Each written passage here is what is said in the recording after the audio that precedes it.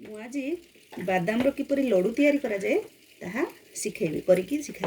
ତା ପାଇଁ ଦରକାର ସାମଗ୍ରୀ ହେଲା କଞ୍ଚା ବାଦାମ, ଗୋଟେ ଆଳୁ ଗ୍ରେଟେଡ୍, କଟା ପିଆଜ, ଅଦା ଗ୍ରେଟେଡ୍, ରସୁଣ ଗ୍ରେଟେଡ୍, କଞ୍ଚା ଲଙ୍କାକୁ ଚୁନା ଚୁନା କାଟା ହେଇଥିବ, ଲୁଣ ଆଉ କାଶ୍ମୀର ରେଡ୍ ଚିଲି ପାଉଡର ଆଉ ଫ୍ରାଏ କରିବା ପାଇଁ କିଛି ସନଫ୍ଲାୱାର ତେଲ। ପ୍ରଥମେ କଞ୍ଚା ବାଦାମକୁ ଗ୍ରାଇଣ୍ଡରରେ ଦରଦରା କରି ବାଟି ନେବା।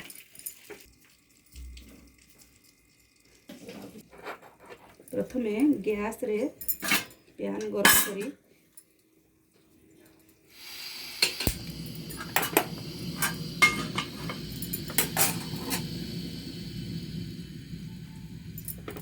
करदेवी बादाम को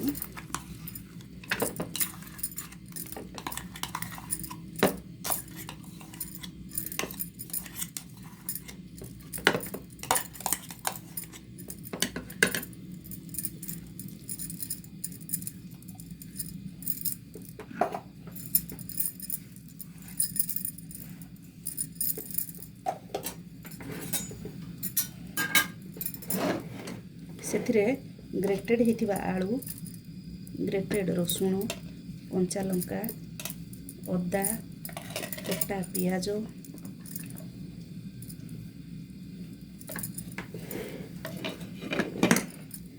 काश्मीर रेड चिली पाउडर दरकार मुताबक पकाइबे, दरकार अनुसार लुण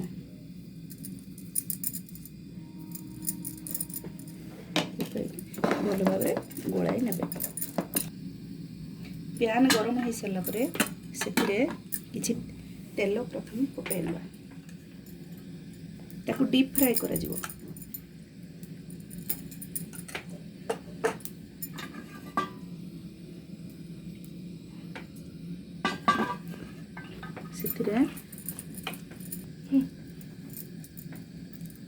तेल गरम हो सारा पर एमती गोला गोला करिकी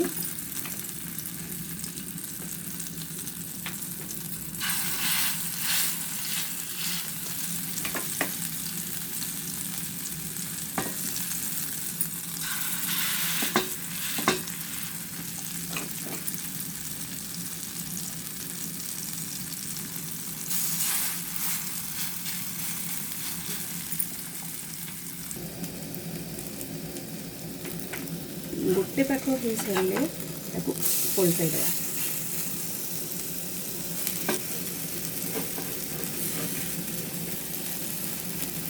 ताकू दुई पाख चापी चापी पानी मरिबा पर्यंत, पानी मरीगले सुखिला हो सुखिला पर्यंत धीमा आंचरे भाजिबा।